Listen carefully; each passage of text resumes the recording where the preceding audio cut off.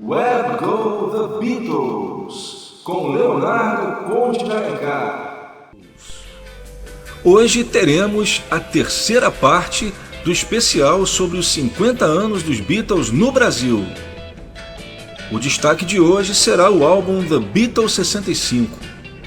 E na sessão Special Guest, os Applejacks. Os Beatles, os Beatles. Com a bitomania que atacou o meu bem. Era um garoto que, como eu, amava os Beatles. Os Beatles sempre perto me ajudavam na próxima canção. Aquele toque Beatles, I wanna hold your hand. Vamos deixar tudo rodar e o som dos Beatles na vitrola. It's been a hard day's night. You love me too. You love me too. Dezembro de 1964.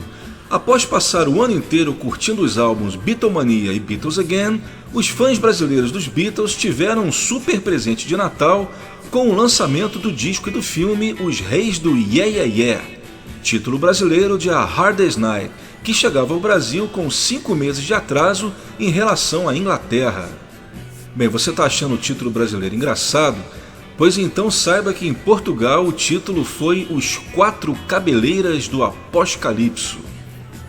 Isso, aliás, me faz lembrar daquela conversa do Brian Matthew com os Beatles num daqueles programas da BBC, trecho, aliás, que saiu oficialmente no CD Live da BBC, onde o Brian Matthew pergunta para eles se eles sabiam como era The Beatles em português. E ao explicar que era Os Beatles, ele depois pergunta se por acaso eles saberiam como era o título do filme A Hard Day's Night em Portugal. E o John, de brincadeira, fala que achava que era Cranston D. Night, ou seja, seria esse título bem melhor que Os Quatro Cabeleiras do Apocalipse, com certeza. O álbum Os Reis do Yeah Yeah Yeah, terceiro LP brasileiro dos Beatles, foi o primeiro a ser lançado aqui com repertório e sequência idênticos ao original inglês, mudando apenas a cor da capa, passando de azul para vermelho, o título e a contracapa, que manteve as mesmas fotos do original, mas teve o texto de Tony Barrow traduzido para o português. Junto do LP, a Odeon também pôs no mercado o single, o compacto simples, A Hard Day's Night, I Should Have Known Better, com o qual nós começamos nosso programa. Essa última, aliás, I Should Have Known Better, também fez muito sucesso aqui na versão do Renato. E foi o quarto compacto simples lançado no mercado brasileiro.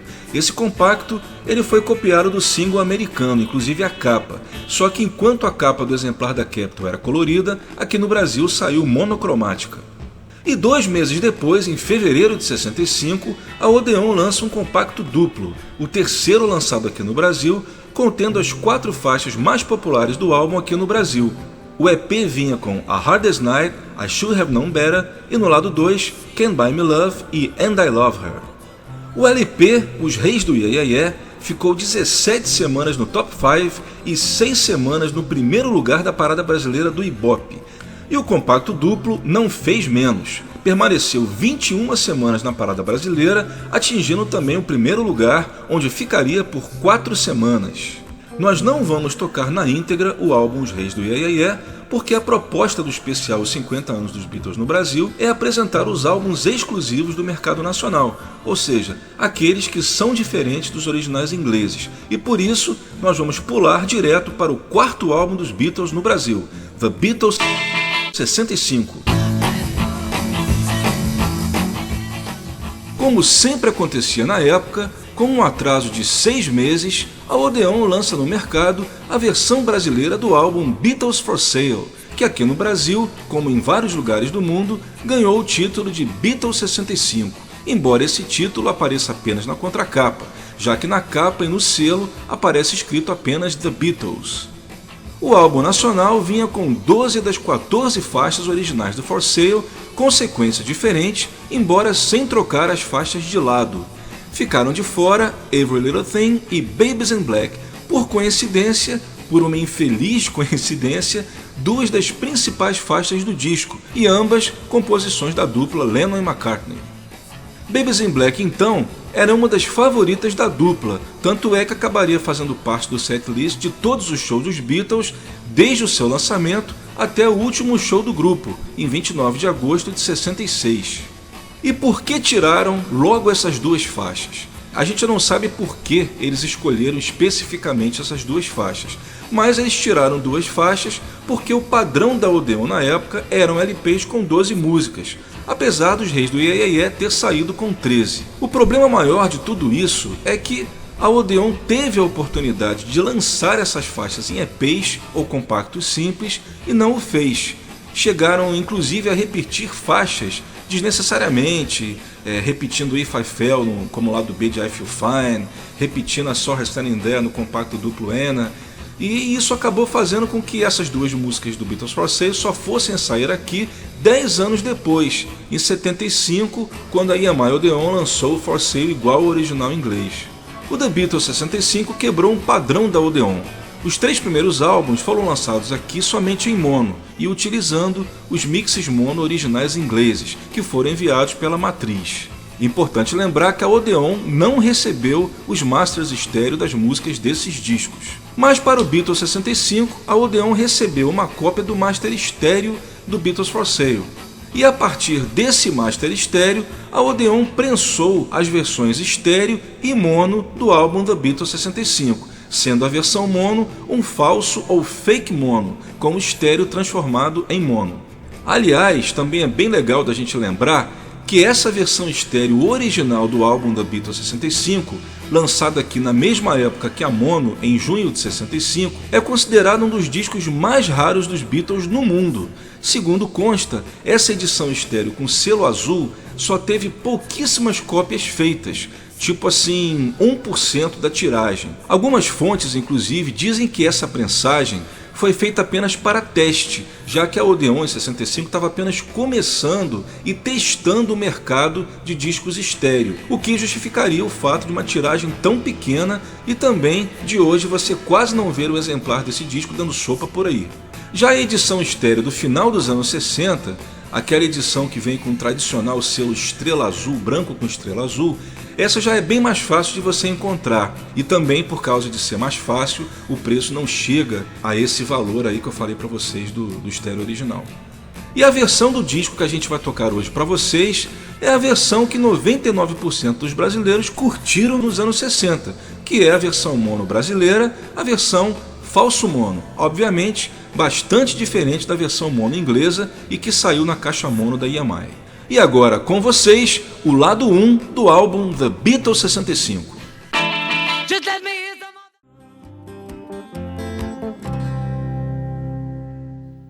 Esse foi o lado 1 do álbum brasileiro The Beatles 65. Ouvimos nessa ordem Rock and Roll Music, Kansas City, I'm a Loser, No Reply, Mr. Moonlight e I'll Follow the Sun. Não sabemos ao certo qual foi o critério usado pelo Odeon para a nova ordem das músicas, além, é claro, de apenas querer embaralhá-las. A única coisa que fica bem clara para mim é que eles quiseram colocar como músicas de abertura os lados A e B do single que eles estavam lançando no momento, 8 Days a Week com Rock and Roll Music, o 6º single dos Beatles no Brasil e que atingiu o top 3 da parada nacional. Ele utiliza os mesmos monomixes lançados no Brasil no álbum Beatles 65, ou seja, os remixes estéreo transformados em mono. O 5º single, que saiu entre este e o A Hard Day's Night, foi I Feel Fine, que teve aqui no Brasil como lado B a música If I Fell e não She's a Woman. E antes de trocarmos o lado do disco, vamos a mais curiosidades sobre o The Beatles 65 brasileiro. Vamos falar agora um pouco sobre a capa do disco. A foto que foi escolhida para a capa, uma capa aliás muito bem sacada, posso dizer que dessa vez a Odeon mandou muito bem, ela foi copiada do álbum italiano The Beatles in Italy, disco que apesar do título não era ao vivo.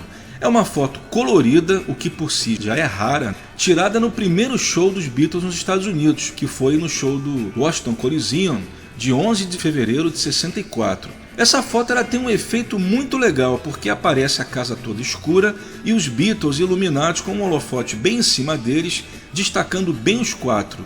E na parte de baixo da capa, apenas o nome The Beatles, sem título.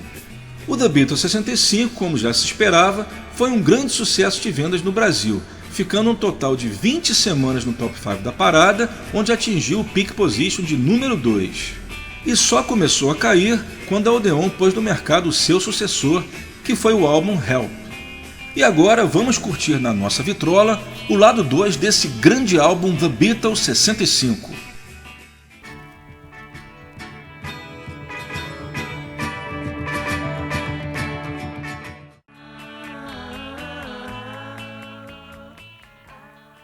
E assim ouvimos na íntegra o álbum brasileiro The Beatles 65, ou como sugere a capa e o selo, apenas The Beatles. E o lado 2 teve as seguintes músicas nessa ordem: 8 Days a Week, Honey Don't, What You're Doing, Everybody's Trying to Be My Baby, I Don't Wanna Spoil the Party e Words of Love. Lembrando mais uma vez que eu toquei para vocês a versão que saiu no Brasil exatamente como está no LP, que é uma versão falso mono, ou como se diz lá fora, fall down mono. Bem, gente, nos programas passados vocês devem lembrar que eu falei muito sobre mixagens estéreo, true estéreo, fake estéreo, e hoje, por causa do Beatles 65, eu estou falando muito sobre o mono verdadeiro, o fake mono, e eu acredito que a essa altura muitos de vocês devem estar pensando: poxa, não é possível, eu já sabia que existia falso estéreo, mas agora o Leonardo vem aí de falso mono, nunca ia imaginar que existia isso. Pois é, mas existe. Pode ser loucura, mas existe, não é privilégio dos brasileiros não, que isso acontecia também em vários outros países, principalmente nos Estados Unidos. Só para vocês saberem, as músicas constantes dos álbuns Please Please Me e With The Beatles nos Estados Unidos foram todas elas lançadas em fake mono. Isso porque a Capitol não recebeu ou não pediu as mixagens mono originais desses discos. A Vee-Jay, que tinha lançado o álbum Introducing the Beatles, lançou os mixes mono originais do Please Please Me. Mas as músicas do Please Please Me que saíram pela Capitol no Early Beatles e as músicas do With the Beatles que saíram no Meet the Beatles e no Second Album, elas estão em fake mono. O mono verdadeiro é aquela mixagem mono que você faz a partir dos session tapes, ou seja, dos tapes originais de 4 canais. 4 canais, estou dando esse exemplo porque era o método que os Beatles usaram durante praticamente toda a sua carreira. E quando você faz um mono mix a partir desses session tapes, é o que eles chamam lá fora de dedicated mono mix, mix mono dedicado, um mono mix apurado. No caso dos Beatles, era geralmente assim: canal 1 tinha baixo, bateria e a base, que o John variava de guitarra para violão. Nos canais 2 e 3 eles colocavam sempre os vocais, e o quarto canal era sempre reservado para a guitarra solo do George, porque ele gostava sempre de aperfeiçoar, então ele queria ter um canal só para a guitarra dele, para que ele pudesse apagar se ele achasse que poderia dar um upgrade, e também aproveitava-se e gravava nesse mesmo canal algum instrumento adicional, como piano, pandeiro, algum outro tipo de percussão, como cowbell e tal. E a partir dessa configuração, você fazia sua mixagem. Você podia fazer a mixagem estéreo, claro, e também fazia o mono. E aí você tinha, como eu falei, uma possibilidade de nivelar mais facilmente os instrumentos e os vocais. Você podia à vontade aumentar ou diminuir o volume desses vocais, e também na guitarra solo do George, em comparação com os outros instrumentos. E o mono falso, o fake mono ou fold down mono, como eles chamam lá fora, tem até outro termo também que eu aprendi lendo o livro da Capitol, que é o mono type B. Tinha o type A, que era o mono verdadeiro, e o type B, que era o falso mono. Ele era feito não do tape original de 4 canais, mas sim a partir de um stereo mix. Eles juntavam um stereo mix fazendo um mono. Isso explica porque que a gente chama de fake mono, porque não é um mono mix feito de maneira apurada, que o certo é sempre você fazer a partir dos session tapes. Quem ainda não tinha ouvido as músicas do Beatles for Sale dessa forma, em falso mono, deve ter percebido que os vocais estão bem mais altos. E não é difícil de entender por que isso ocorre. Na mixagem estéreo dos Beatles, do Beatles for Sale, você tem os instrumentos, exceto a guitarra do George, à esquerda. Claro que eu estou generalizando porque tem uma música ou outra que muda. Mas em geral você tem todos os instrumentos à esquerda, a guitarra solo do George à direita, ou um piano ou um pandeiro, e no meio você tem os vocais. No meio que eu digo é porque, na verdade, esses vocais estão mixados nos dois canais, e como estão tocando ao mesmo tempo, a sensação é que estão no canal central. E aí, quando você junta para formar o mono, você tem aquilo que está no canal esquerdo uma vez, você tem aquilo que está no canal direito uma vez, e aqueles sons que estão nos dois canais ao mesmo tempo, eles ficam duas vezes. Então você vai ter tudo que está no centro dobrado nesse novo mix mono feito a partir do estéreo. Isso explica por que os vocais estão mais altos.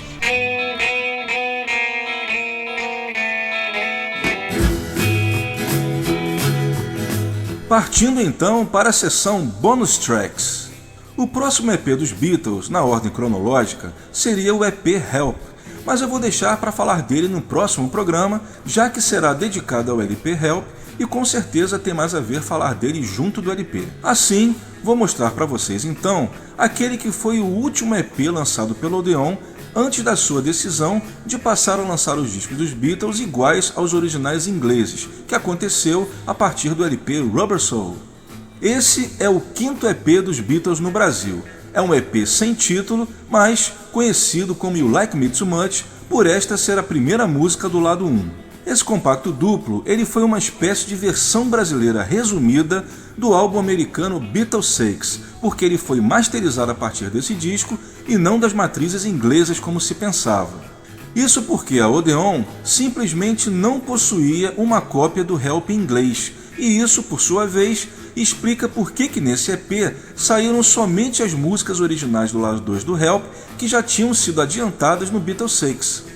As outras músicas desse lado 2 do Help em inglês só apareceriam aqui no final de 66, quando a Odeon lançou o EP Yesterday, que era exatamente igual ao EP em inglês, na mesma sequência, mudando só a capa. As músicas desse EP, além de Yesterday, eram Act Naturally, You Like Me Too Much, repetindo do outro EP, e It's Only Love.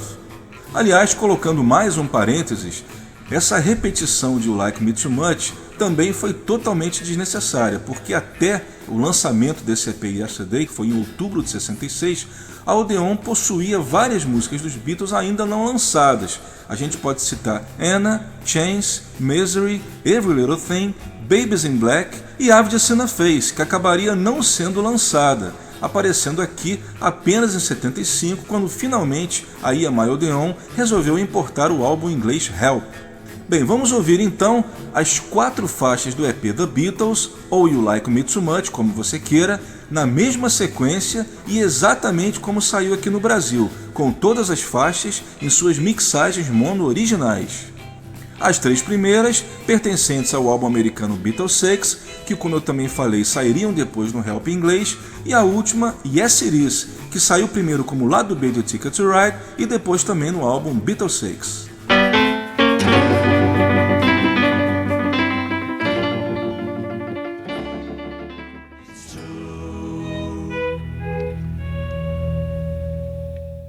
Ouvimos então, com certeza, um dos mais belos arranjos vocais criados por John Lennon, Paul McCartney e George Harrison, Yes It Is.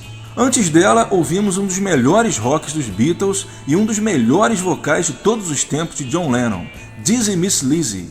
E no lado 1 do EP, começamos com You Like Me Too Much, composição de George Harrison, e Tell Me What You See, confirmando que essas duas elas foram gravadas junto das músicas da trilha do filme, mas como não se podia usar todas as músicas no filme, elas acabaram sendo descartadas em favor de outras. Outra curiosidade é que vocês devem ter percebido que em ambas as músicas, nessas versões mono, elas estão totalmente sem efeito de eco, em comparação com as respectivas versões estéreo.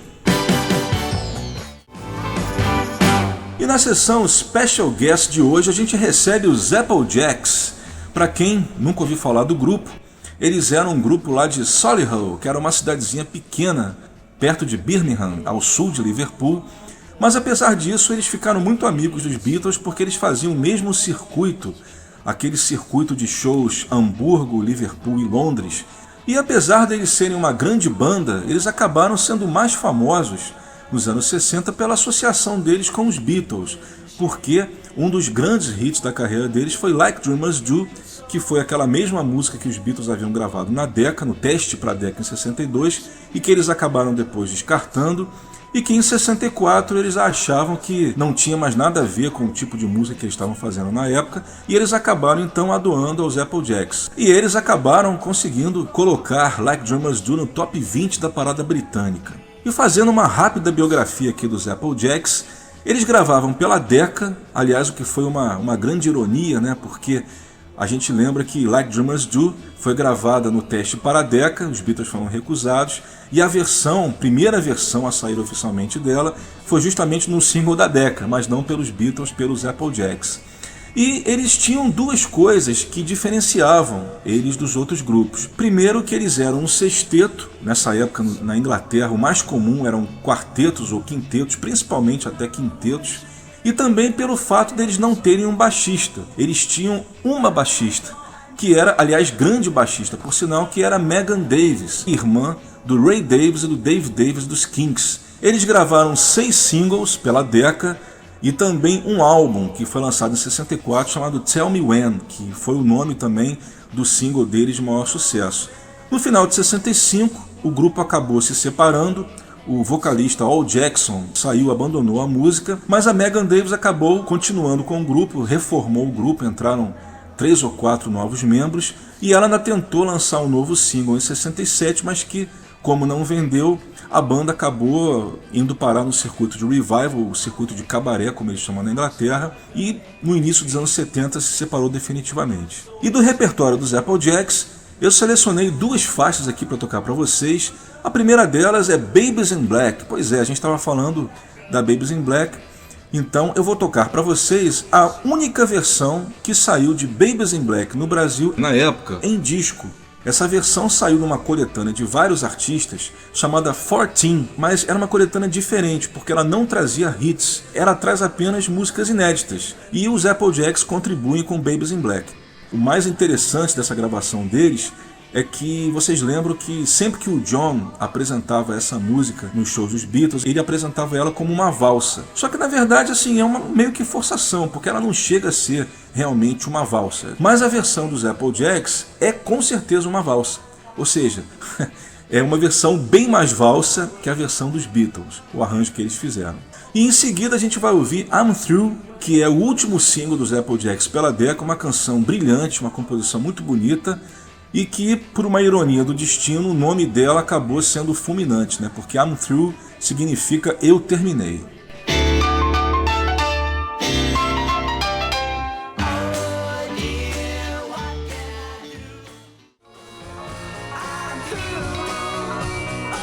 Ouvimos então os brilhantes Applejacks. A primeira foi Babies in Black, a versão, como eu falei, a única versão dessa música que saiu em disco no Brasil na época, já que a versão dos Beatles não saiu no Beatles 65. Essa música viria a sair no Brasil somente em 75, quando a EMI Odeon finalmente lançou aqui o álbum Beatles for Sale.